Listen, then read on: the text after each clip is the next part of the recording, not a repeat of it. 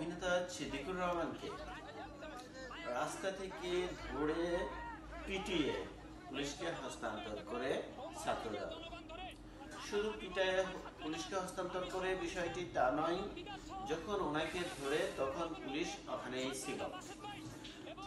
প্রথমত পুলিশ তাকে পুলিশের কাছে হস্তান্তর করার পরেও পুলিশের সাথে তর্ক বিতর্ক করে তাকে আবার পুলিশ থেকে ছিনিয়ে নেয়, নিয়ে অত্যাধিক হারে নির্যাতন করে এমন পিটুনি দেয় যার চিৎকার শুনতে পাওয়া যায় চারিদিকে।